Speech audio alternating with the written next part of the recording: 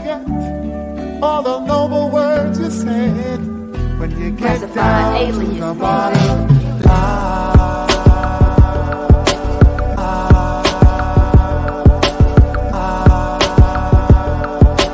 Get down to the bottom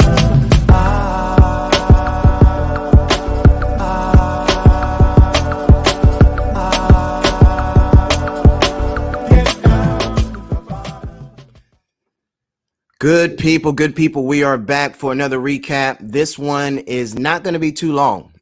There's been a lot of conversation around the Social Security running out of money and, hey, what's going on with that? How should we be preparing? And so I did want to chime in, just give a few different perspectives in a historical context that I think may be helpful. So let's jump in. Now, if you've been following our newsletters and the different types of information that we share, we did highlight, I believe it was in volume 36, just some of the long-term ramifications of the 401k, baby boomers, things of that nature. So as we discussed in the newsletter, we talked about like, all right, what are some of the logistics that led to the 401k becoming the default retirement vehicle for most Americans?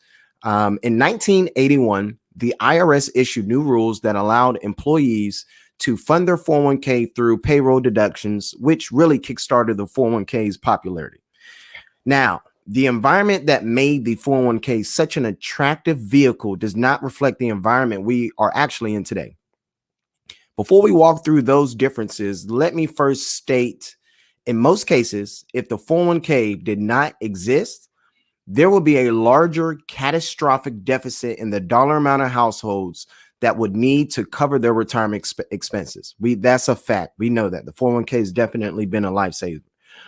Now, here at IMC, we've done a countless amount of seminars, and regardless of the group, corporation, organization, municipality, regardless of that employee pool, when we inquire about the largest account they've been able to save into consistently, 9 times out of 10, it is one's 401k or one of their cousins, right? 403B, 457A.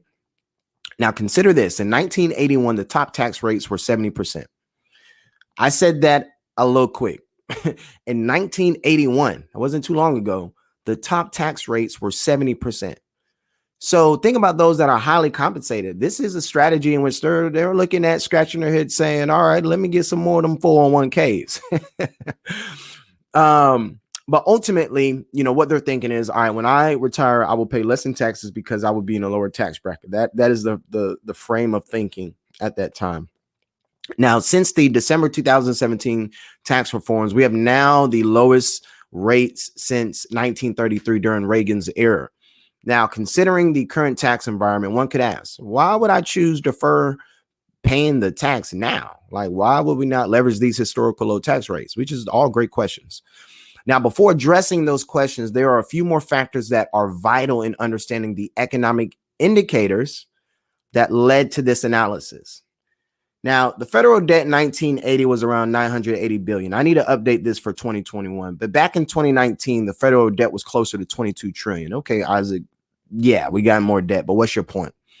When we take into consideration the social benefits provided by the government, Social Security, Medicare, the Social Security report estimates that the program will run out of money by 2033. Ultimately, Social Security and Medicare is drastically underfunded as of today. Now, hold that thought. Between 2022 and 2028, 70% of 70 million baby boomers will begin their journey towards retirement. Now, why is this important? We just acknowledged that Social Security and Medicare is grossly underfunded.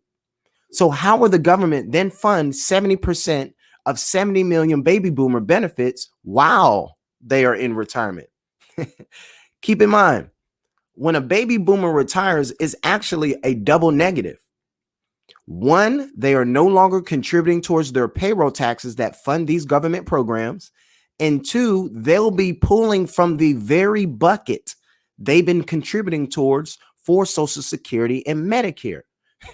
So at this point, one should be thinking, okay, can the government pay for this and how will I be affected personally? Now, based off of multiple reports, there's been a consensus on what would need to happen to address this gap. We got three options.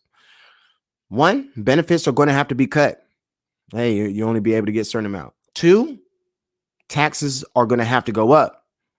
Now, at the time of this analysis, 44% of Americans paid federal taxes. Side note. And then three, both. All right, we're just going to cut benefits and raise taxes. So there's a few questions one should ask oneself when they think about how this could impact their personal plan. But putting all of that into context and not just looking at Social Security by itself, but also the role 401k played in the way in which this economic, we'll just say transfer or lack thereof, could all be impacted. So hopefully you've been able to ask yourself a few questions. I know the questions are going to fluctuate depending upon one's personal situation. Make sure you sit down with a professional to help you guide what those thoughts are. But at the end of the day, hopefully you were able to share this. You were able to like this. You were able to comment. Make sure you send it to a friend. Tell them to subscribe, buy some merch, do all that good jazz. But at the end of the day, make sure you stay planning.